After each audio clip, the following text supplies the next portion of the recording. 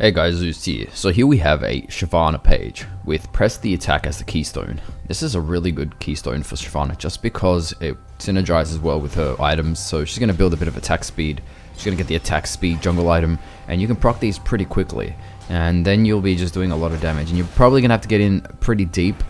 And once you do that damage, you know, your ADC can also do so much more damage with this extra 12% from all sources, which is really good. The other two, just not that efficient.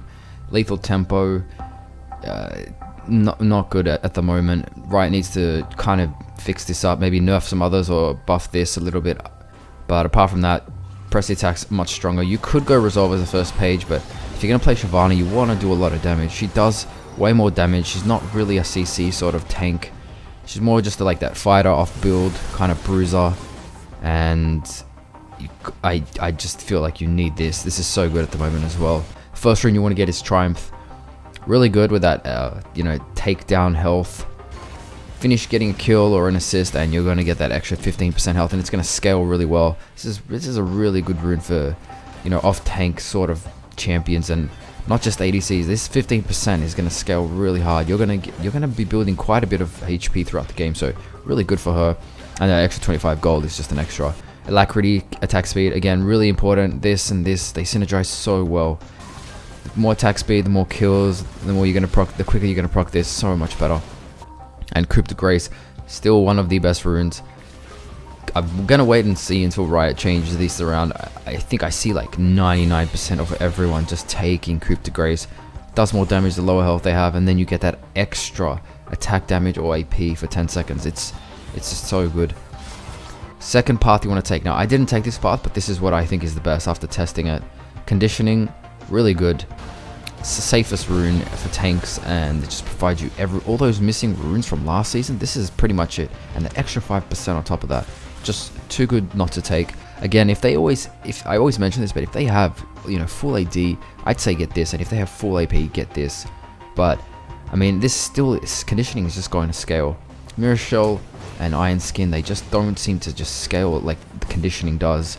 And unless you're going for a crazy early game, which SHYVANA is not, conditioning is just, I'm not even going to recommend these two at all. Take conditioning all the time.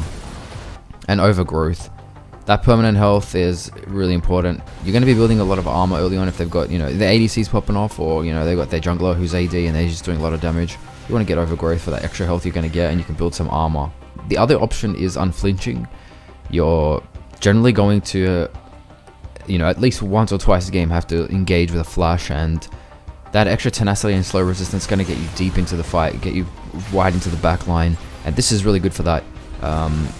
It's not, the thing is you have to use a flash every time you want to, activate this, and that's the downside to it.